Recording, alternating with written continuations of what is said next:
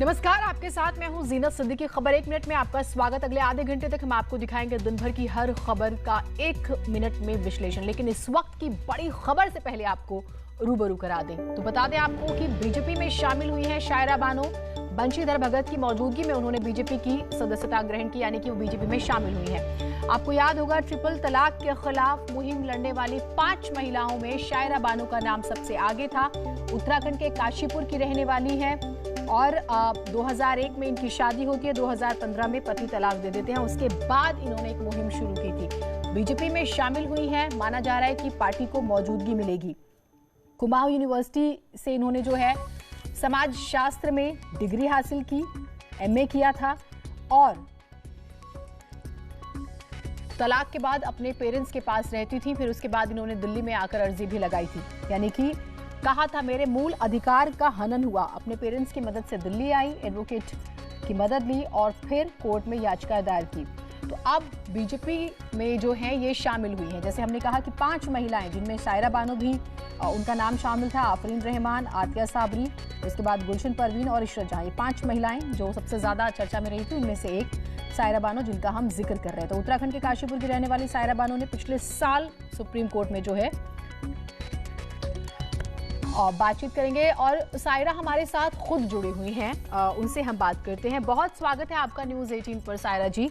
आपने BJP join की है, जहन में कौन सी वो महत्वपूर्ण बातें थी जो आपको लगा कि इस पार्टी के साथ जुड़ने के बाद कम से कम इन मुद्दों पर काम होगा? क्या था पहले जहन में, क्या आया?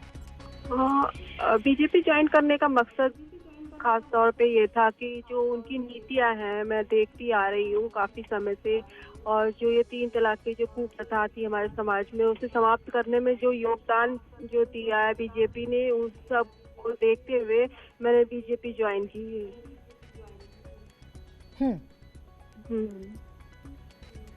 नहीं, आप योगदान का जिक्र कर रही हैं और मैं जैसे भी आपके बारे में इंफॉर्मेशन दर्शकों को दे भी रही थी, ट्रिपल तलाक को लेकर जो स्टेप्स उठाए और आपकी पर्सनल लाइफ जिस तरह से प्रभावित रही है, तो पार्टी में आपने कौन सी बहुत ही महत्वपूर्ण चीजें देखी कि आपको लगा कि जैसे आपकी जो समस्या थी उस पर इस सरकार ने काम किया? बीजेपी खास तौर पे जो बीजेपी जो पार्टी है, उन्होंने जो अल्पसंख्यक समुदाय के लिए खास तौर पे की है। उन्होंने जो अल्पसंख्यक की जो समुदाय की महिलाओं के बारे में खास तौर पे सोचा। जो 3 तलाक की जो कुप्रथा की तलवार जो मतलब लटकी रहती थी मुस्लिम समुदाय के ऊपर, तो उसके बारे में उन्होंने सोचा और एक बिल जो दिया है मुस्लिम समुदाय के लिए, तो उसको तो कभी मुस्लिम समुदाय भूल नहीं पाएगा। तो उन सबको मैं देखते हुए मैंने बीजेपी ज्वाइन की है।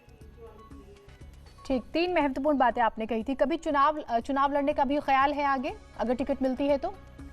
नहीं, ऐसा तो अभी मैंने कुछ सोचा नहीं है, लेकिन अगर पार्टी कोई जिम्मेदारी देती है और मतलब मुझे इस लायक समझती है तो मैं पार्टी की सेवा जरूर करूंगी।